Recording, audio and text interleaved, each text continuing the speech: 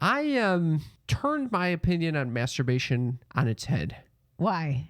A long time ago, we had Dr. Nancy Sutton Pierce on the show. Yes. Renowned sexologist that Yes. you talk with weekly. Yeah, I do Wild Women with Wine with her on Thursday nights at 5 p.m. Pacific time if anybody wants to tune into my Instagram.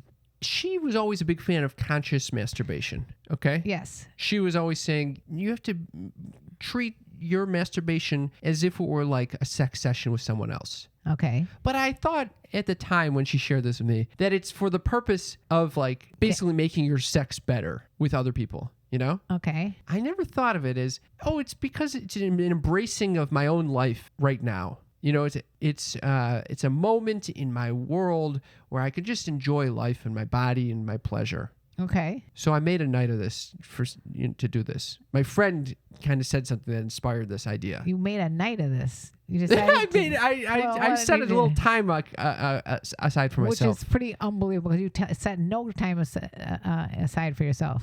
And I set aside some time and I treated myself to a nice masturbation session that went well beyond my typical masturbation. I want to share with you what I did because I think this. Can't wait to hear this. I can't wait because I think the sneaky freaks need to know how to consciously masturbate. Everybody needs to know how to consciously masturbate. I am proud of you for masturbating. Thank you, Mom. Why do you say it in such a way that it infantilizes me? No, I'm saying in general, I'm proud of anyone who masturbates. I fucking feel like an infant around you. Anyway, the reason I'm proud of you is because before you didn't want to do it because you didn't think it was a good use of your time, and you're allowing yourself to slow down and say, hey, you know what, enjoying myself, self-pleasuring is a good use of my time. That's exactly right. So here's what I first figured out. What? One, just like you're encountering a sexual partner, you need to set the environment for yourself. I literally put on a candle. I dimmed the lights. Okay. I got toilet paper ready. Did you watch porn? Wait for a fucking second. Okay. Just look at you jumping to the fucking climax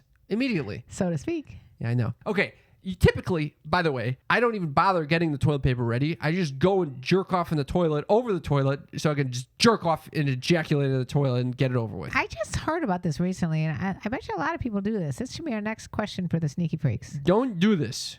That's bad. Why? Because what are you're just trying to get it done with this experience. I mean, it's not bad. It's fine. It's like the sex version of sex or intimacy. I knew someone who only had sex in the shower because she didn't want to get any jizz all over the place. Okay, that's fine. Anyway, I set the environment. How long are you going to stand over the fucking toilet, you know? I don't even know why you're standing. Why wouldn't you sit on the toilet if you're going to masturbate? You sit on the toilet and you're going to jizz all over the fucking ceiling.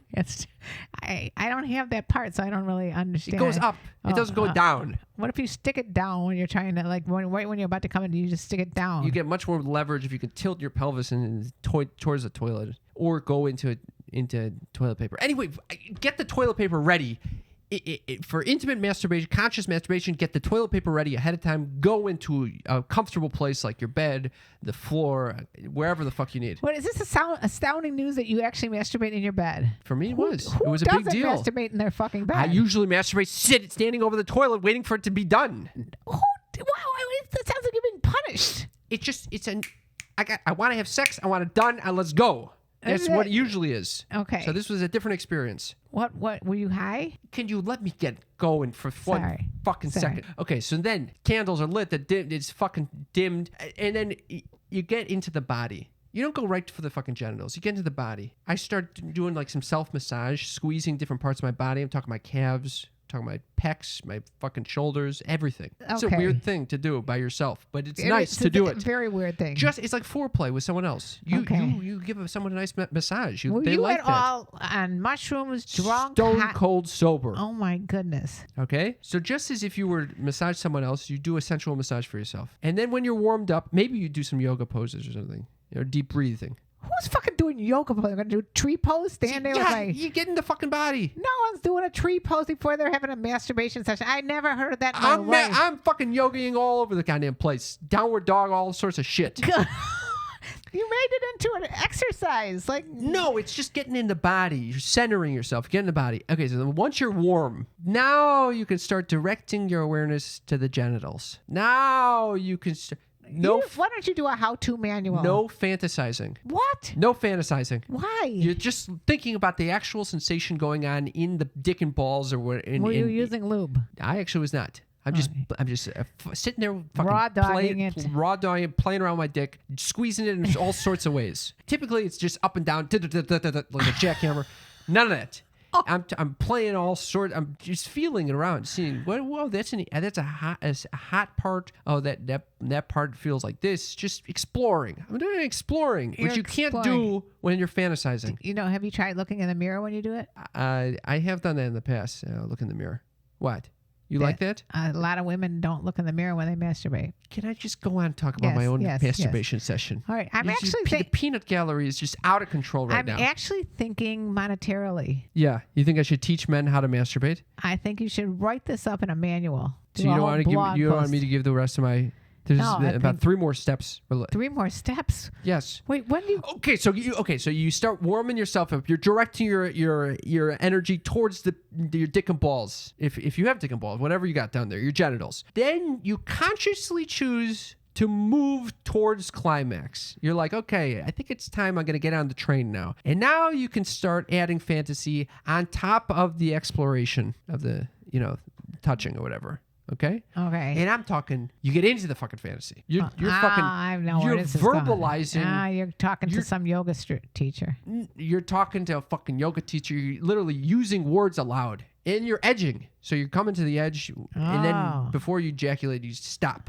And maybe start squeezing the rest of your body again. Helps get the blood away from the penis for a second. Okay. I'm surprised you didn't come already. So I'm edging away, and then you consciously choose to climax. No rush. You don't need to go get toilet paper. You got the toilet paper. Now you're just ready to go. You finally climax. You do it. Big release. Here's the key. Don't jizz all over the place? No.